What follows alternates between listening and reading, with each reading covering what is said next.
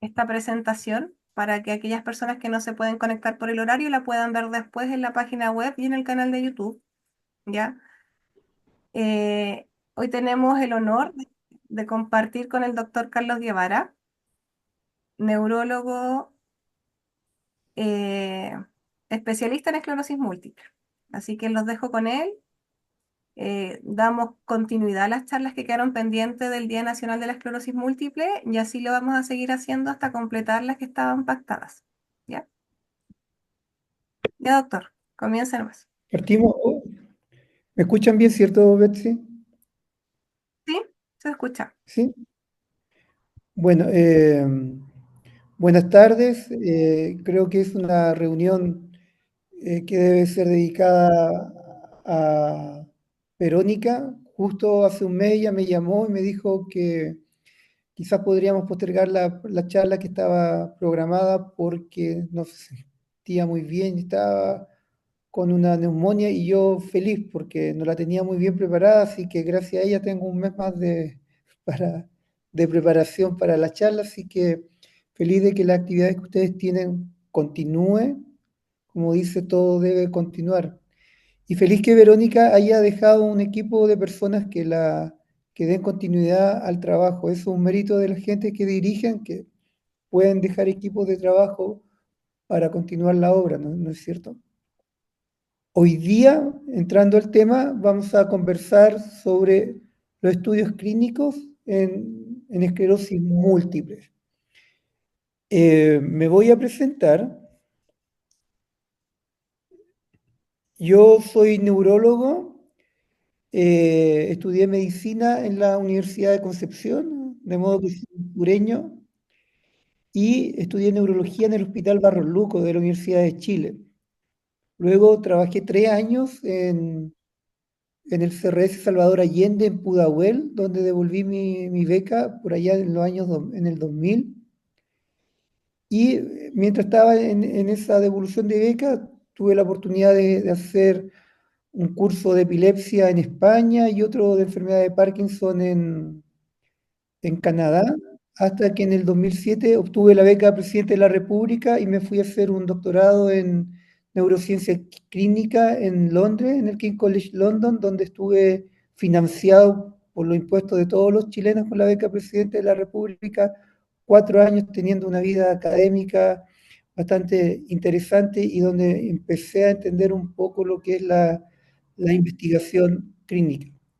Volví a Chile como el 2013 y seguí trabajando en el Hospital San Juan de Dios y en 2014, 2015 comencé a trabajar en el Hospital Clínico de la Universidad de Chile, que fue muy cómodo para mí porque ese hospital ofrece la capacidad para hacer investigación, dispone de comité de ética y siendo un hospital académico, la investigación clínica se puede llevar a cabo con relativa más facilidad que en otros hospitales y clínicas, diría.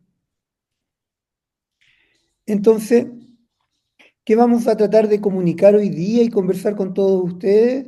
Quien quiera interrumpirme, feliz de ser interrumpido. Y quien quiera hacer alguna pregunta mientras yo estoy hablando, feliz, no hay ningún inconveniente. Vamos a tratar de ver qué son los estudios clínicos, el propósito de los estudios clínicos, los beneficios de participar en un estudio clínico, algunos mitos y algunas realidades, y, y saber, digamos, tener argumentos para participar o no, o para argumentar y saber que los estudios clínicos se realizan en Chile. En realidad, la medicina, si ahora el hombre vive 85 años y a comienzo de siglo vivía hasta los 42, básicamente es por la práctica de la medicina dedicada a buscar nuevos- nuevas estrategias para mejorar el estado de salud de la humanidad. El gold standard, que significa la máxima prueba de validez de los procedimientos médicos, se obtienen precisamente a través de los ensayos clínicos. Y esa es la perspectiva humanitaria que tiene la realización de estudios clínicos, porque permite el progreso de la medicina, en consecuencia permite que se realice hasta donde el hombre tiene la capacidad de mejorar la calidad de vida de la humanidad. No hay otra forma validada, probada por la ciencia hasta esta época en que vivimos, sino los ensayos clínicos para validar tratamientos. Es la máxima expresión del progreso médico en cuanto a la terapia, en cuanto a medidas preventivas que existen hasta el momento. Y todo empezó, como dice esto, con limones. Ustedes saben la historia del escorbuto, cuando los marineros viajaban de un continente a otro sin verdura, presentaban escorbuto, es decir, compromiso del estado general, sangramiento de las encías, fiebre, y un investigador, James Lind, en el año 1747, pensó que la solución a este problema podría ser la falta de vitamina C y eligió a 12 marineros. A 6 de ellos le dio limones y al resto los mantuvo, digamos, con la misma dieta, que seguramente era pescado seco y agua. Y los que comieron limones, es decir, vitamina C, no tuvieron escorbuto durante el viaje. Ese fue, digamos, el primer estudio clínico conocido que permitió curar una enfermedad grave, en este caso de los marinos que viajaban por el mar durante largos meses sin consumir verdura. Como decía, los ensayos clínicos han permitido salvar y mejorar la vida de muchas personas, o sea, de la humanidad, diría yo, y resultan esenciales para el desarrollo de nuevos tratamientos. Todos los mejores fármacos, todos los fármacos que están disponibles en el mercado, la mayoría de ellos han sido validados por estudios clínicos para enfermedades específicas. Discúlpenme, pero a continuación les voy a mostrar un video. Yo no sé si la intención era que se pudiera entender, pero es el diálogo entre un rey de Inglaterra. Lo saqué de una serie de Netflix que estoy viendo. Del rey de Inglaterra que tiene porfiria y que le dan ataques convulsivos, y el médico que se la jugó para ser el, el médico del rey, con la oposición de muchos otros médicos que decían que sus métodos eran estúpidos, con la oposición de otros médicos que decían que el rey había que operarlo, abrirle la cabeza, tratar de sanarlo de este tipo de convulsiones, y él finalmente demostró una forma de acercamiento como psicoterapéutico para mejorar la calidad de vida del rey. Y acá en este video que les voy a mostrar, el rey le hace preguntas a este médico y le pide, digamos, los mejores medicamentos, y le dice en el fondo que él sabe que los médicos o la ciencia guarda algunos tratamientos que encuentran promisorios, pero que pueden ser inseguros, y que en el caso de él, ningún médico le va a aplicar al rey un tratamiento que lo va a liquidar. Entonces ese es el diálogo que espero que en la traducción en español podamos seguir. There are a few advantages to being a monarch. One of them is you get the best stuff. Monroe, Él es el rey. I need your help. Lo Of necesito. course. Por supuesto, dice el I médico. am near at hand for whenever your majesty Siempre estoy a feels su fit to come disposición in. de But the thing is, majestad that is cuando not tengo un enough. ataque. Look, Bueno, dice, I por eso have learned a thing or necesitamos. two about science, and one thing I have learned is this. Scientists keep the best of it to themselves. Am I right, Monroe? I'm not sure I understand, your majesty. It can be years before the public learns of the newest discoveries, and for good reason. Say a doctor is brought in to treat a king, just for example. Of course he could not risk failure, or God forbid, harming his sovereign, so he would employ only his safest, his most proven treatments, keeping the cutting edge of his methods to himself until they are proven beyond a doubt. Do you understand me now? I may begin to. Bueno, básicamente el rey le dice que él supone que los médicos o la ciencia en este caso utilizan los fármacos más seguros hasta que no estén seguros que no van a liquidar a las personas, por ejemplo, al rey. Esa es una idea, digamos, de la cautela que tiene la administración de fármacos en la población humana. Bueno, Ustedes saben que mejor que nadie que la esclerosis múltiple, ya, Gabriel, que la esclerosis múltiple es la enfermedad que genera la mayor discapacidad en gente joven eh, después de los traumatismos. Por eso es una enfermedad que tiene bastante valoración en la sociedad por la discapacidad, porque emerge en un periodo habitualmente productivo, donde las personas están tratando de organizar sus vidas, su familia, ingresar a la fuerza laboral, y de repente aparece esta enfermedad que ustedes saben, digamos, que tiene cierta incertidumbre en cuanto al pronóstico. La investigación en la esclerosis múltiple ha sido muy extensa a nivel mundial y afortunadamente estamos en un país donde tenemos acceso a muchos fármacos provistos por las leyes Ricarte-Soto y la ley GES. Son fármacos, ustedes saben, de bastante alto costo. En el fondo, digamos, las compañías farmacéuticas traducen una vez que los fármacos están en el mercado los costos y también, obviamente, buscan sus ganancias que pueden ser aparentemente excesivas o realmente excesivas. Pero estos son los costos que hace 6 años yo investigué, que tenía cada tratamiento anual por paciente entre 8 millones a 55 millones de pesos que en realidad no hablan de tratamiento altamente costoso y que sin embargo hasta el momento, hasta la fecha, ninguno de ellos puede responder la pregunta de los pacientes con esclerosis múltiple respecto a cómo va a ser la evolución de mi enfermedad de aquí a 10 años. Son tratamientos que tienen muchas ventajas, pero ninguno de ellos se ha logrado consolidar como el tratamiento para la esclerosis múltiple, porque hay, a pesar del beneficio importante que generan en gran parte de los pacientes, hay todavía muchas respuestas que responder respecto de la discapacidad a largo plazo, respecto de la seguridad y respecto también de los costos. Todos los fármacos que están validados ofrecen o han tenido, digamos, riesgos y es inherente al uso de los fármacos que afectan el sistema inmunológico la posibilidad de tener mayor cantidad de infecciones o patologías tumorales. No voy a describir una por una, pero los fármacos que disponemos actualmente, siendo eficaces, también tienen un perfil de riesgo importante. Entonces, ¿qué son los estudios clínicos? Son estudios médicos en los que participan personas. Son nuevas formas que se proponen seguras y eficaces para tratar las enfermedades.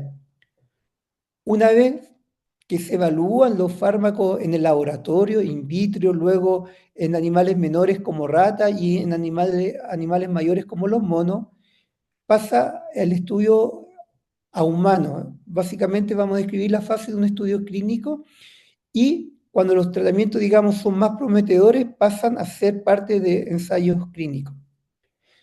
Los estudios clínicos siguen un protocolo estrictamente diseñado donde lo más importante básicamente es la seguridad de los participantes.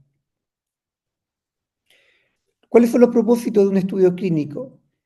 Obviamente se hacen estudios clínicos, o debiera ser obvio, en las patologías sin tratamiento, sin causas conocidas y que causan incertidumbre en la evolución. Otro propósito es evaluar nuevos tratamientos, nuevas combinaciones de medicamentos y en el fondo contribuyen al progreso de la medicina en global. ¿Cuáles son las fases de un estudio clínico? La fase preclínica, esta fase se traduce en estudios de laboratorio, los científicos básicos, los cuales en el laboratorio ven algunas propiedades de algunas moléculas, en este caso cuando son estudios farmacológicos. Luego, como dijimos, los fármacos o estas moléculas son estudiadas en animales y luego empieza la fase de los estudios clínicos. En la fase 1, básicamente se ve si una molécula es segura y se ve más o menos en un grupo pequeño de pacientes, 10 a 20 pacientes, cuál es la mejor vía de administración de un fármaco, si es por la vena, si es por vía oral o por alguna otra vía, digamos, humana. En la fase 2, con un número creciente de pacientes, de 100 a 300 pacientes, se prueba nuevamente la seguridad del fármaco, es decir, que no produzca, o de la molécula, perdón, es decir, que no produzca daño en las personas. Y se empieza a evaluar cuán efectivos y eficaces son para controlar la enfermedad que está en estudio. Y luego vienen los estudios clínicos de fase 3, en la cual en un número importante de pacientes, entre 900 a 3.000 pacientes,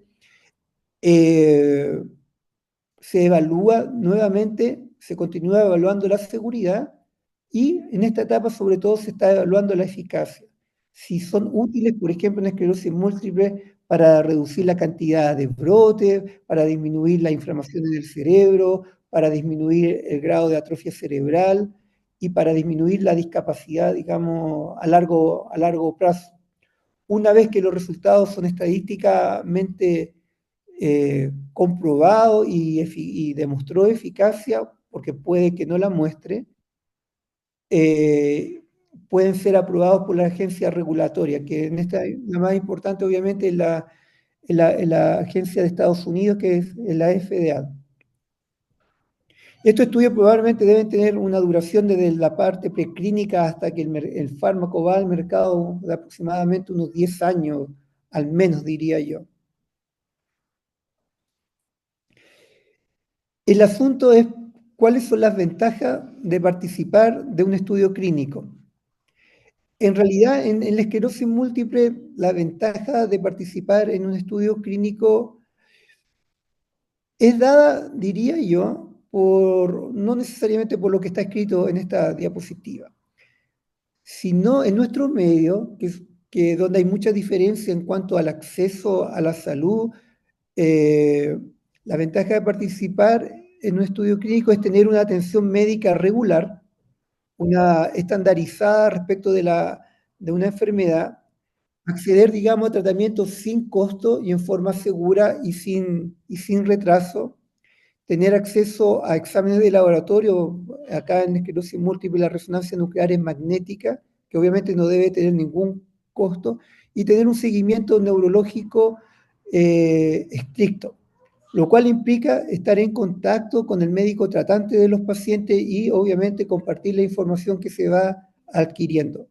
Como yo dije, lo más importante en los estudios clínicos es la seguridad de los participantes, el beneficio de los participantes, pero también hay que asumir que las personas que participan en un estudio clínico tienen una actitud altruista respecto de la enfermedad y respecto de las futuras generaciones, porque están haciendo una contribución, como lo hicieron otras personas antes, al desarrollo de la cura de la esclerosis múltiple a largo plazo, ¿no es cierto? O a corto plazo. ¿Cuáles son algunos mitos y realidades en cuanto a los estudios clínicos? Si hubiera una investigación para mi enfermedad, mi médico me lo habría dicho. En realidad no todos los médicos están al tanto de los ensayos clínicos que se realizan en cada país. Muchas veces son los mismos pacientes los que se preocupan de buscar estudios clínicos. Y además toda la información respecto de los estudios clínicos tiene que ser transparentada y ser pública. Y en nuestro país es el Instituto de Salud Pública, la cual en su página web difunde todos los estudios clínicos que están en curso. Ningún estudio clínico es una actividad privada y secreta, tiene que ser totalmente transparente y a la comunidad. ¿Las drogas experimentales son demasiado caras para mí? En realidad no, en realidad los estudios clínicos no debieran generarle ningún costo a los pacientes porque quienes organizan los estudios clínicos deben financiar todos los gastos de tiempo y de traslado que implica la participación en los estudios clínicos. Los ensayos clínicos son peligrosos porque prueban drogas con los participantes. En realidad la seguridad en los estudios clínicos es lo principal. Existe una regulación que sigue estrictamente a los pacientes con las pruebas de laboratorio, las evaluaciones clínicas que tienden a disminuir el riesgo de la participación en un estudio clínico. Y esto es lo más importante. El investigador que está a cargo de un estudio clínico no está preocupado de que la droga que está probando el patrocinador del estudio sea efectiva o no. La función de un investigador que está a cargo de un estudio clínico es velar por la seguridad del paciente y velar, digamos, porque las condiciones de investigación, el protocolo de investigación se cumpla. Como yo le decía, la esclerosis múltiple es una enfermedad en donde los estudios clínicos tienen un gran valor por la incertidumbre que actualmente después de 20, perdón, yo estaba estudiando neurología en el año 90, en el 90, sí, 98, no, en el 2000 en el Hospital Barros Luco, y en ese entonces estaban los primeros interferones en el mercado, era la novedad.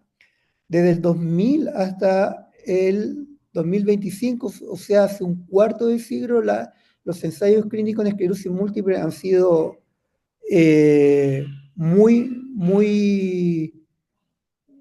muchos, digamos, han sido muchos estudios y ha habido un progreso importante.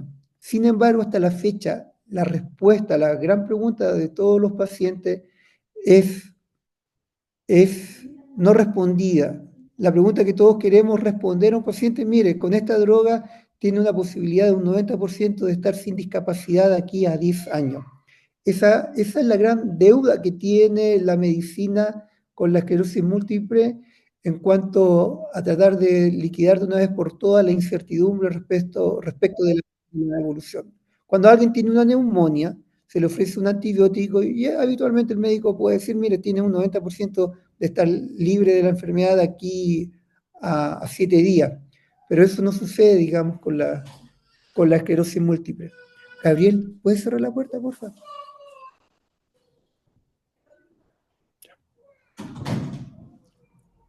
Bueno, yo tenía unas preguntas aparte también respecto de asuntos que no lo pude poner acá, pero le saqué copia y voy a hacerme yo unas propias preguntas para que las respondamos. Una de esas preguntas, recuerdo, es ¿cuándo es aceptable que un estudio clínico tenga placebo? Son tópicos que no logré cubrir en esta presentación, pero las preguntas me las voy a hacer. En realidad, los estudios clínicos utilizando placebos son cada vez menos frecuentes. Anteriormente, o sea, gran parte de las drogas que utilizaban en esclerosis múltiple fueron compitiendo solo, es decir, la droga de investigación competía contra el no tratamiento, lo cual se llama, digamos, placebo. Actualmente la tendencia, por la metodología de la investigación, a veces se mantiene el placebo, pero la tendencia es que los estudios clínicos reduzcan la exposición del paciente, del participante, a no ser tratado. Por lo cual habitualmente ya se están usando comparadores y es la única tipo de enfermedades que es aceptable usar placebo, es en aquellas en las cuales no existe ningún otro tratamiento para usar en esa enfermedad. Por ejemplo, en la esclerosis múltiple secundariamente progresiva, sin actividad no hay ningún tratamiento validado. En la esclerosis múltiple secundariamente progresiva con actividad, con inflamación, hay algunas alternativas terapéuticas. Pero lo ideal es que los ensayos clínicos no incluyan placebo. Genera cierta incomodidad utilizar placebo cuando hay tratamientos disponibles para una variedad de enfermedades. ¿Por qué los ensayos clínicos no se hacen entre fármacos similares? Por ejemplo, ¿por qué cuando se prueba un nuevo anticuerpo monoclonal no se compara con algún anticuerpo monoclonal ya existente? Eso sucede porque en realidad es un desacuerdo entre las compañías farmacéuticas. Las patentes de los distintos fármacos están en distintas compañías farmacéuticas y no logran, digamos, transferir esa tecnología para ser utilizada. Cada compañía farmacéutica guarda su negocio y tampoco lo expone, lo cual, digamos, no es algo que sea muy atractivo para todos nosotros. ¿Por qué las universidades o los estados no realizan estudios clínicos y sí lo realizan las compañías farmacéuticas? Es buena pregunta esa. Me da o sea, la impresión es porque las compañías farmacéuticas tienen los recursos y los recursos para desarrollar estudios clínicos que son de alto costo y los estados, digamos, no se preocupan ni las universidades ni las mejores universidades del mundo tienen la capacidad de invertir en estudios clínicos. No sé si la Universidad de Harvard en Estados Unidos sea capaz de organizar un estudio clínico con 3.000 pacientes. Creo que la capacidad económica, no la preparación, no, ni la Universidad de Chile va a ser capaz de financiar un estudio clínico por lo alto, por la alta cantidad de recursos, por la alta inversión que implica. Los estados y las universidades quedan fuera de esto. Las farmacéuticas controlan los recursos monetarios y son ellas las que compran patentes, hacen la investigación e invierten en este aspecto. ¿Qué institución regula los ensayos clínicos en Chile? Bueno, como ya les mencioné, es el Instituto de Salud Pública y todo estudio clínico debe estar registrado y ser público y difundido por el Instituto de Salud Pública. No puede haber ningún ensayo clínico que no esté registrado en el Instituto de Salud Pública. Eso no ocurre ni debiese ocurrir. Y finalmente, ¿por qué en Chile se conoce muy poco sobre los ensayos clínicos? Yo aquí puedo expandirme, es que en realidad no somos un país de ciencia. Chile no es un país que, que haga ciencia ni que investigue y que tenga un peso a nivel internacional respecto de la investigación científica en todas las esferas. La preparación médica, por lo tanto, tampoco está enfocada a la investigación clínica. Por ejemplo, yo cuando estuve en Inglaterra, me llamaba la atención que los médicos allá terminaban medicina al sexto año.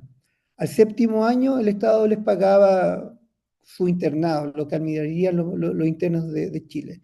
Pero ellos cuando terminaban la carrera de medicina no iban directamente a hacer una especialidad, a estudiar cirugía o neurología, no, ellos lo que iban directamente a hacer un doctorado en investigación clínica.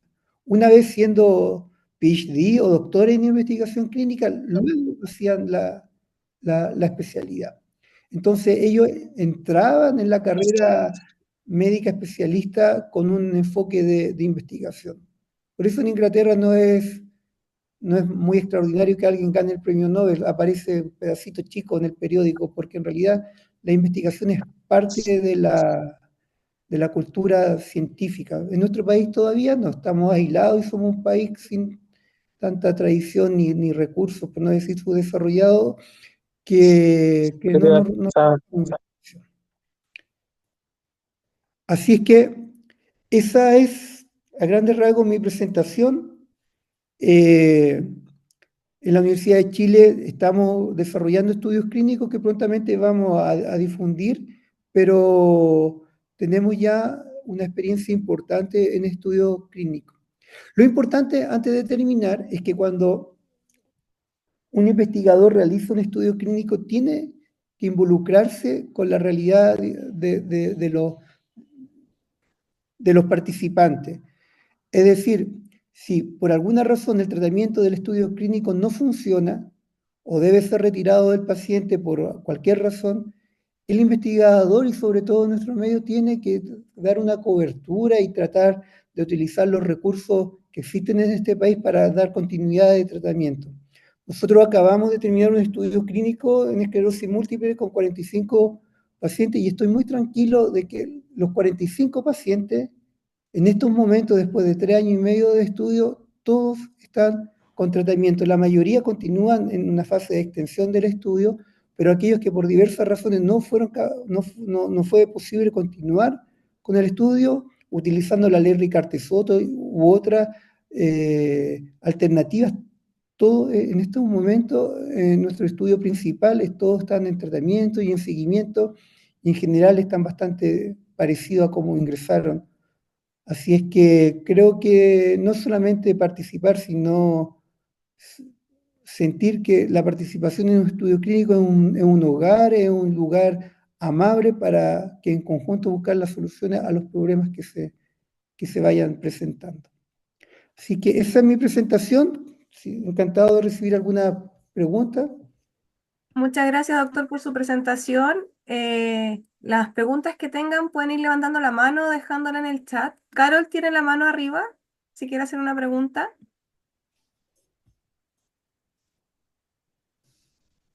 ¿Ya? No, fue al comienzo, levanté la mano porque no escuchaba, pero ya escuché toda la presentación. Ay, Pero sí, podría aprovechar de preguntar de todas maneras. Es que son varias dudas que van surgiendo de distintas cosas. De repente cosas quizás más prácticas. Estos estudios clínicos, que yo para mí son totalmente desconocidos. Si yo quisiera participar en algo así, uno tiene que asistir a un lugar en un horario permanente, por cierta cantidad de tiempo, o son cosas aisladas durante un tiempo más o menos extenso. Lo digo por el tema laboral. Entonces, es una pregunta como más práctica, Bueno, quizá. los estudios clínicos habitualmente, como yo lo decía, requieren garantizar la seguridad de los participantes. Y habitualmente, y en la mayoría, o en especial respecto de la esclerosis múltiple, requieren habitualmente una asistencia regular que puede fluctuar una vez por mes, luego cada 3 meses, pero los esquemas no son 2 veces al año ni una vez al año, sino que diría que en promedio la asistencia del participante es atender, digamos, el lugar donde se desarrolla el estudio clínico por lo menos una vez por mes, lo cual obviamente implica dificultad para los pacientes que o viven muy lejos o que tienen actividad laboral. Entonces esa es una de las variables que hay que considerar antes de participar en un estudio, es la posibilidad de cumplir con el esquema de seguimiento que ofrecen los estudios, que en ese aspecto son muy estrictos en cuanto o solicitan mucha continuidad de los pacientes durante los estudios que habitualmente duran entre 3 a 4 años.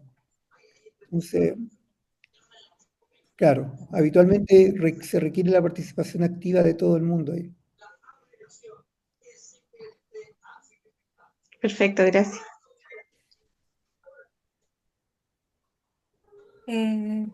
¿Alguien más tiene alguna otra pregunta? A ver, acá en el chat lo voy a revisar. Preguntan si está Betsy, siendo grabada. Sí, va a ser grabada y publicada. ¿Quién dijo, Betsy? yo, Carolina, Carolina, dale. yo tengo consulta, doctor, de cómo se va midiendo si el fármaco que está en estudio está dando resultado, dado que por lo que entiendo la esclerosis viene en crisis como aleatorias. ¿Cómo ustedes se dan cuenta más o menos si está dando resultado? ¿Y qué hacen? ¿Cuál es el procedimiento si el paciente, como dice usted, no está respondiendo? Hay varios aspectos en ese punto y particularidades. En el caso de la esclerosis múltiple, eh, se evalúa muy detalladamente la eficacia, o sea, cómo el paciente está respondiendo, aparte de las complicaciones que puede tener cualquier fármaco que se está utilizando. Habitualmente era un tema controvertido hace un tiempo atrás. Habitualmente los investigadores no podían ver las resonancias nucleares magnéticas porque por el diseño de los estudios, los investigadores tienen que ser ciegos. Yo no puedo saber si este participante está con la droga que se está estudiando o con la droga, digamos, comparativa, para evitar el sesgo y evaluar como que el tratamiento esté resultando o no. Pero actualmente se dispone de la posibilidad de, de acceder a los exámenes de laboratorio. Aparte del hecho que el propio paciente puede y se evalúa la presencia de brote y de la discapacidad. De manera que es un proceso en el cual tiene que interactuar el tratante del médico. En un estudio clínico está el investigador, pero también está, por ejemplo, si tú que eres de Valparaíso, viniera a un estudio clínico, tú tienes tu tratante en Valparaíso, ¿cierto? Idealmente tu tratante debiera estar, si tiene acceso, debiera estar informada que está participando en un estudio clínico. Y es tu tratante también el que tiene la responsabilidad de decir, mira, en realidad yo noto que estás bien, pero ¿sabes? Te puede decir, en realidad yo noto que no está funcionando esto para ti. Entonces tiene que ser una decisión en conjunto, pero sobre todo la perspectiva del paciente respecto de cómo está evolucionando. Si tú estás en un estudio clínico y después de 2 años nota que tu vida continúa normalmente y haces todas tus actividades normales, si antes tenías brote y ahora no tienes brote, bueno, puedes suponer que estás bien y puedes acceder a los métodos diagnósticos que se utilizan en los estudios clínicos para compartirlo con tu tratante. Y el investigador también tiene que ser lo suficientemente honesto para decir, mira, en realidad creo que tu participación en este estudio clínico no ha sido beneficiosa para ti, así que tenemos que ver otras alternativas de tratamiento. Perfecto. En los exámenes que hacen, me imagino que están las resonancias, ¿tiene algún efecto adverso hacerse como determinadas resonancias en el año? ¿Cómo se manejan esos exámenes? Eventualmente, o sea, es una consideración muy importante no abusar de los exámenes imaginológicos. Habitualmente el primer año pueden realizarse, digamos, 3 exámenes, pero luego se hace una vez por año. Y lo ideal es que no repetir exámenes en la atención fuera del estudio clínico del paciente y con la atención que tiene dentro del estudio clínico. Pero eso está de manera tal regulado de no abusar de la imagen. Perfecto, muchas gracias, doctor. Doctor, tengo una consulta. Dime. Sí, de lo que usted acaba de decir respecto del médico tratante que a uno lo esté evaluando, entonces el estar participando en el estudio no es excluyente de tener el médico tratante normal, el que con el que uno se está guiando, no es una cosa o la otra. No, en absoluto. O sea, lo ideal sería tener, si yo fuera un paciente en un estudio clínico, lo ideal sería tener, digamos, mi médico tratante, que también en cierta medida es un fiscalizador de lo que está sucediendo en el estudio clínico. El médico tratante puede decir, oye, mira, desde que estás en este estudio clínico yo he visto tus imágenes, te he visto a ti, tú no has tenido brote, está bastante bien. Pero también te puede decir, mira, desde que estás en estudio clínico, tu situación no la veo que haya mejorado, ni porque tuviste un brote, porque te noto que tienes más dificultades para caminar, así que te sugiero que te retires del estudio. Obviamente, lo mejor es tener un médico tratante que esté auditando y evaluando la participación de tu paciente en el estudio clínico. Es lo mejor. Genial, genial, muchas Sin gracias. embargo, yo te debo contar nuestra experiencia.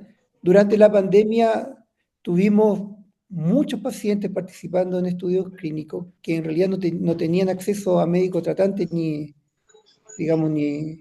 estaban en el aire. Entonces, ahí, claro, se daba la circunstancia de que eran pacientes sin médicos tratantes. Y también por la cobertura de salud, que existen muchos pacientes, sobre todo de provincias, no tienen un fácil acceso al manejo y al tratamiento de la esclerosis múltiple. Entonces, ahí están sin médicos tratantes.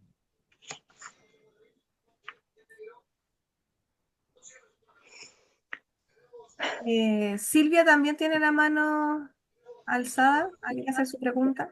Sí, Betsy. Buenas noches, doctor. Hola. Un agrado de estar participando en este webinario y la información que de verdad poco tenía yo. Ser presidente de una agrupación en la quinta región del tema de lo que se está tratando. Doctor, ¿hay una edad tope para estos estudios? Mire, ese es un gran problema de los estudios clínicos. Habitualmente los estudios clínicos se protegen a sí mismos, restringiendo el acceso de edad a los estudios clínicos. Habitualmente los estudios clínicos de esclerosis múltiple incluyen pacientes entre 18 y 55 años y algunos hasta los 60 años de edad. Es un criterio que ellos hacen, los protocolos, para aumentar la seguridad del estudio, porque obviamente a mayor edad existen mayores enfermedades concomitantes y el riesgo de complicaciones es mayor.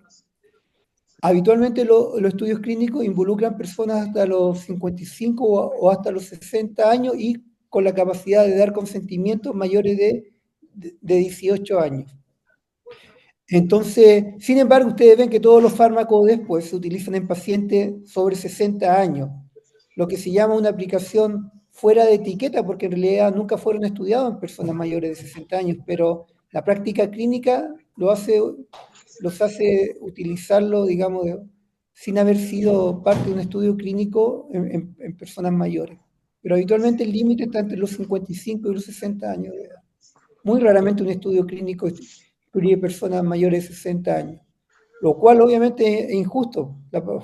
No sé si injusto o no, pero no es realista porque hay muchas personas con esclerosis múltiple que tienen más de 60 años y que requieren, digamos, tratamiento. Exactamente. Claro. Doctor, A las personas no, de edad en esta sociedad. si me permite otra pregunta, doctor, en cuanto a ver, el paciente está con su tratamiento ya por la ley Ricardo Soto y decide someterse a este estudio. Desde el tratamiento que tiene al estudio, ¿cuánto tiempo esperan? Depende del fármaco en el cual el paciente haya o previamente esté.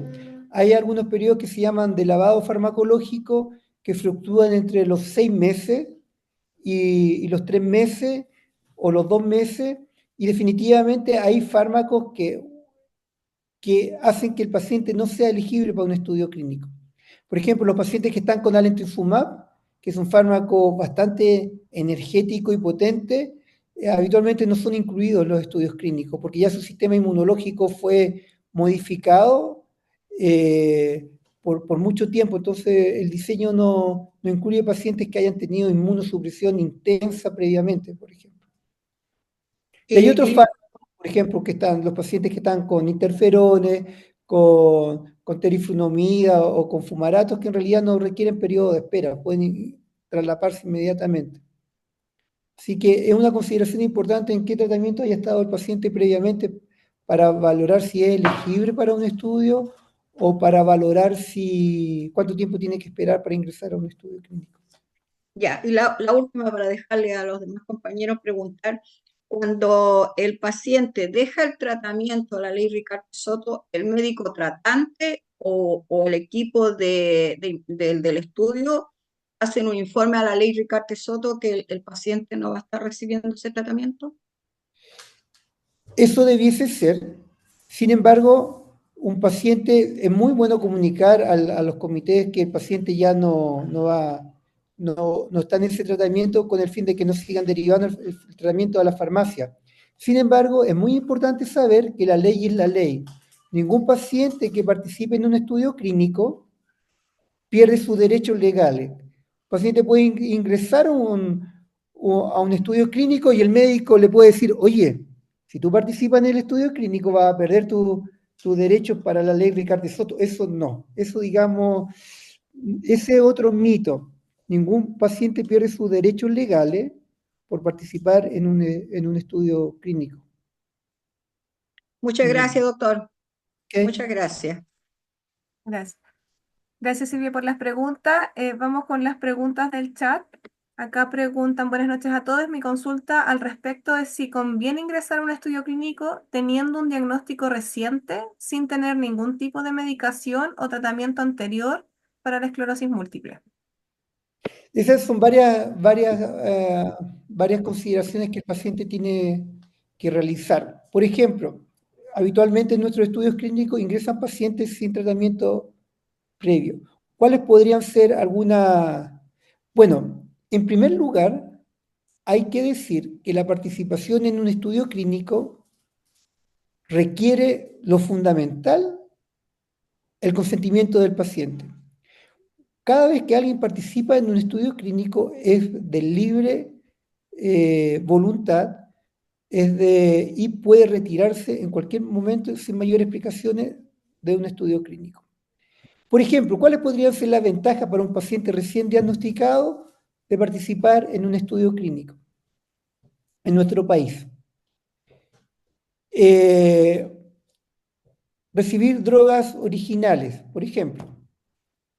Por ejemplo, si el paciente en un estudio clínico ofrece teriflunomida en su marca original, respecto de una terifonomía en marca no original, quizá una buena ventaja participar en un estudio clínico con terifonomía original. Recibir fármaco desde el comienzo de la enfermedad cuya efectividad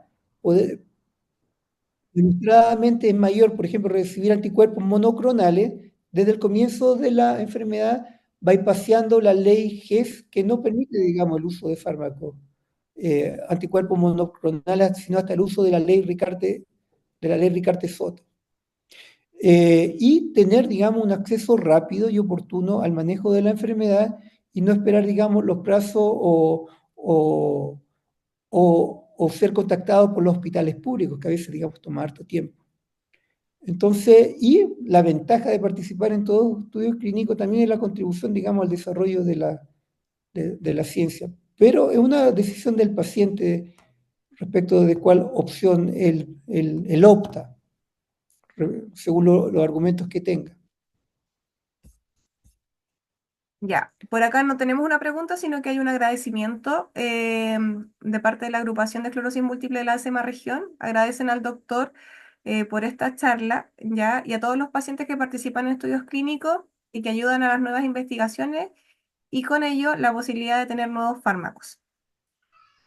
Ya, muchas gracias por la presentación. ¿Alguna otra pregunta que quede a los asistentes? Si tienen dudas, consultas, Sí, yo tengo una pregunta. dale, Caro. No sé si ya la respondieron, pero para tenerlo claro, en caso de uno tener, aparte de la esclerosis múltiple, otras patologías en tratamiento, ¿es excluyente para poder optar a este tipo de estudios? Depende de qué patología y depende ¿Me dan un segundo? Voy a decirle al amigo que me... Oye, Sí. ya.